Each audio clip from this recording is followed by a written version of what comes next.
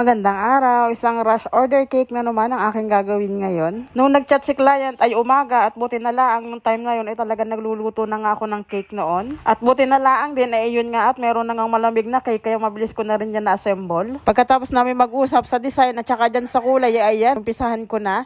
Pero yung kulay na yan ay dapat ay gold at gold sana ang kanyang ipapagawa, kaso wala pa nga akong gold. Nagtry ako mag-search sa Google kung anong kulay ang pwedeng ipag-mix para nga maging gold. Katapos nung pinakita ko sa kanya ay sabi ni client ay wag na lamang daw at baka daw maging orange nga yung kalabasan. At dahil yellow nga lang tong available ko ay ayan, nag-okay naman siya. Sabi ko hahaluan ko na lang siya ng kulay puti. Tapos naglalagay na rin ako ng dito, ng drip na kulay puti na rin para kako may naman, may ibang style naman. Bali may pinagkopihan ako nito pero hindi naman siya as in nagaya talaga. At etong white drip na to ay frosting lang din yan. Pagkatapos ay ininit ko lang siya ng konti. Tapos dito sa ibabaw, ayan, nagganyan lang ako ng pipe. Ano bang tawag yan? Rosette din ba ang tawag diyan? Yung parang may patulis, yung para siyang ice cream style.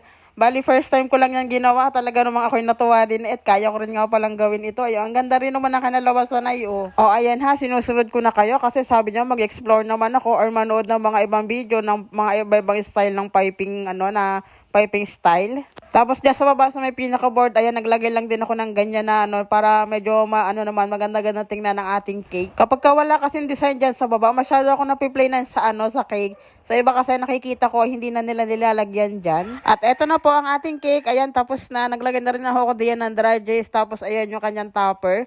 Ayan, happy birthday daddy. Ayan, bali regalo lang to sa kanilang daddy nga. Ayan, maraming salamat po kay Ma'am Nika sa pag-order nitong cake na ito. Bali si Ma'am Nika ay repeat client na natin yan. Ayan, naka-order na rin siya sa akin dati ng Obi de Leche.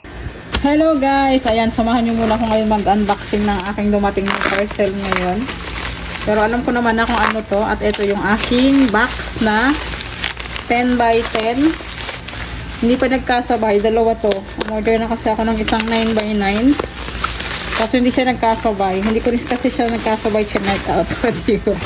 Pumaasa pang magkasabay, hindi ko nga siya nagkasabay chinek out. So, ayan. Ang galing ng packaging nila. Talagang safe na safe. So, titingnan natin sa loob. Pero ilang beses naman ako umorder sa kanila. Okay naman palagi.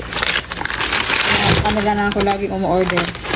And order ko po ito sa aking TikTok shop. Nasa TikTok shop ko to kung gusto nyo rin umorder. Nasa TikTok shop ko po ilalagay ko yung link kung saan ako umorder.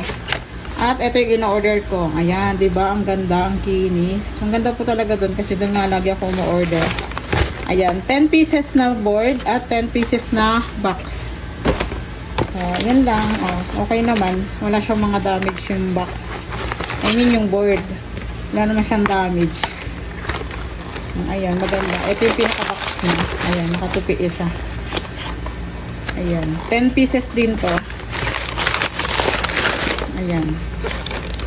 Baka kailangan nyo rin to. Pag gusto nyo umorder, ilalagay ko yung link sa aking sa comment section. Nasa TikTok shop ko. Yan lang. Salamat sa panonood.